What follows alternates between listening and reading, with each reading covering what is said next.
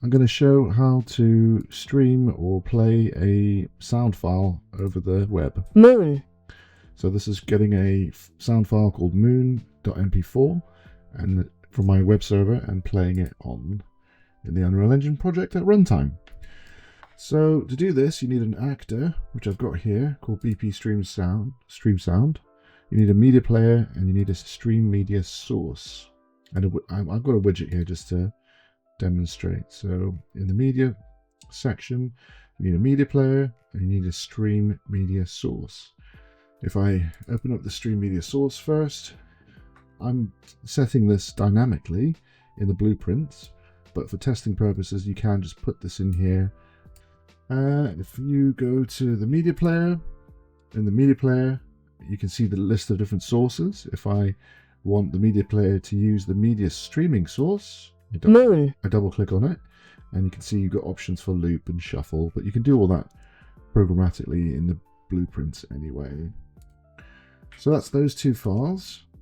The actor blueprint, and well, let's start the widget. So if I open up the widget, this is just it's got a canvas, a button, and some text. I've set the button to be a variable, and I've got an on-clicked event here. So when I click on it, I'm getting all the actors in the level with a play sound tag.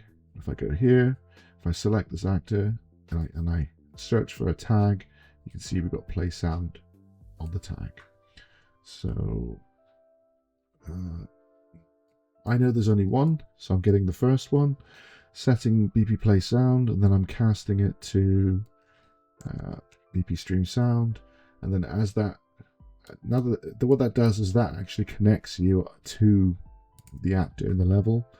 And then once you're connected, then you can call events that are in the level. So this is a custom, stream sound is a custom event that I've created inside of here. So if I go to here, edit BP sound, this actor has got this custom event which I've created here, stream sound. I've added in a URL so that I can dynamically modify the sounds that are playing on that button depending on what I want to do. So that's just setting its type to stream media source and media player here in the variable type. And then when you hit compile, you can then select your media player, which is the one I created in the content browser, and stream media source is again, the file that was created. So then once we've got these variables, we can dynamically set the stream URL by doing set URL, set stream URL, and then you can change it as you want to. Adding a media sound component and then opening the source from the media player. So if I do open source, it opens it. I'm doing this custom event here by doing a bind event on media opened, so that the play is only called after the source has been opened. You could probably ditch this. I don't think this is even necessary, but I'm doing it. So once you hit play, the sound plays, and that's it. Job done. So the only other things you need to know about are in the stream media source. You can change the type of player that's being used.